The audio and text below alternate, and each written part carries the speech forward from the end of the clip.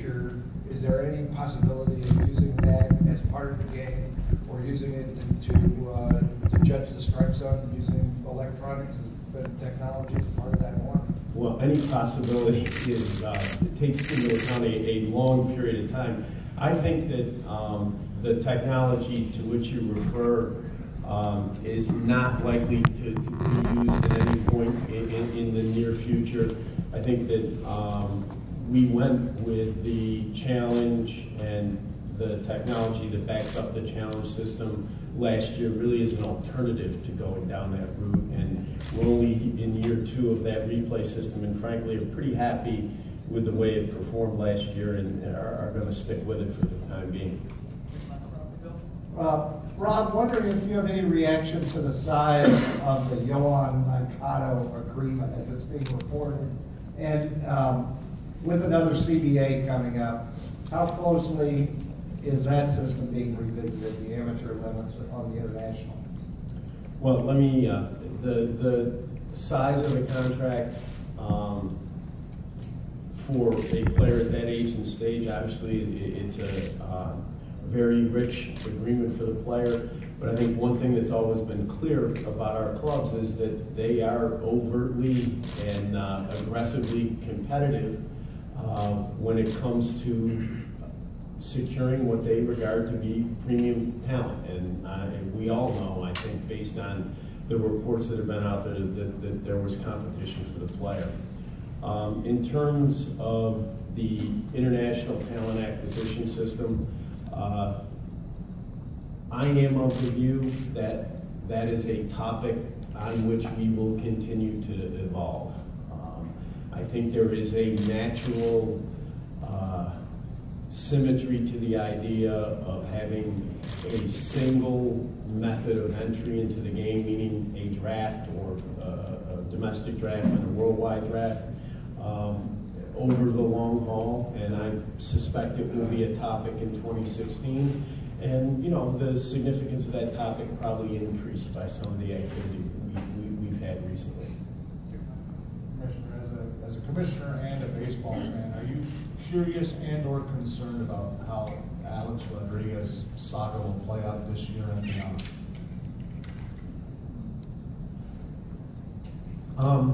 I am interested, obviously, to see how Alex does in his return. Having said that, I am most anxious to have the focus be on the play of the game on the field. We had plenty of focus on off-field activity with respect to Mr. Rodriguez, and I'm hopeful that as the season wears on, the focus will be on how he performs on the field.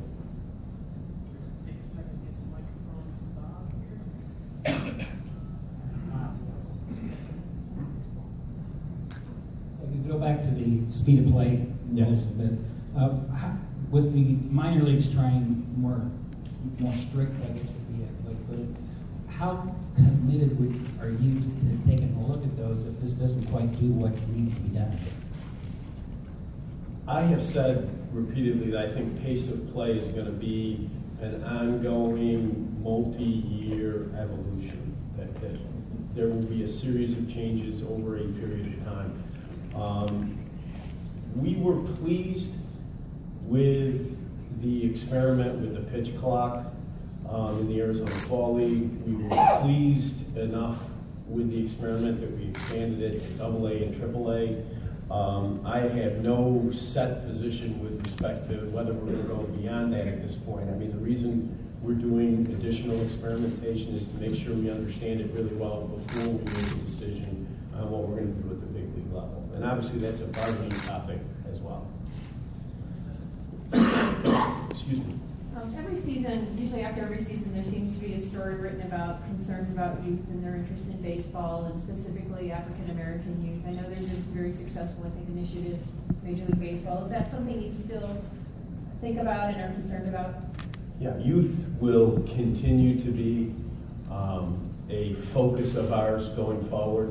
What I'd like to have on the youth front is an umbrella approach to youth participation I think our programs that have focused on inner cities, African American kids are a crucial part of that umbrella approach, but we need to make sure that all kinds of kids, black, white, male, female, are engaging in the game at an early age. It's crucial to our talent flow over the long haul, but it's also important to the avidity of our fans.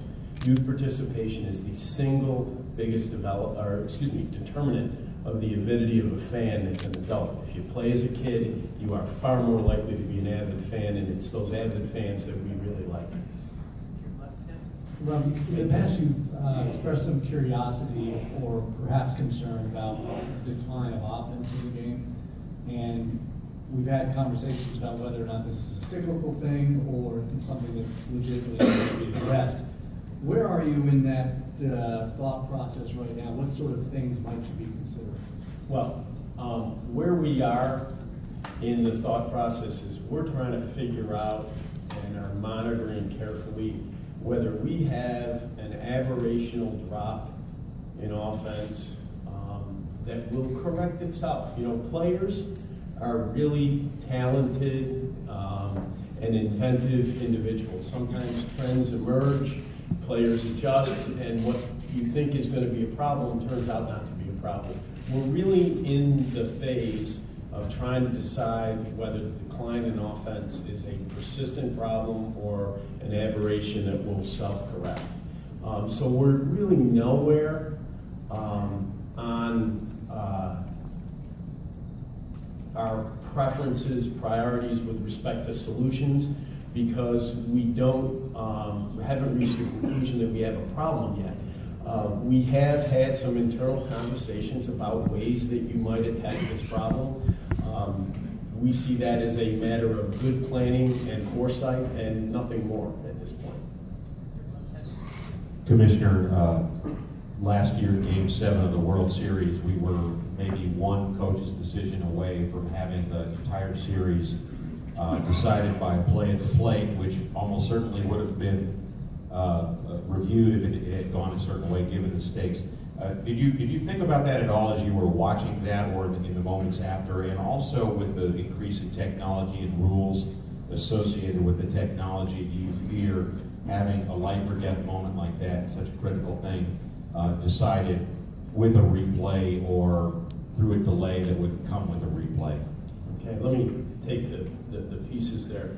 I have to confess to you, I am way too much of a fan to have been thinking about the ramifications of the replay that might have occurred on that particular play. I was caught up in the excitement of the play and the excitement of that moment at the time that it happened.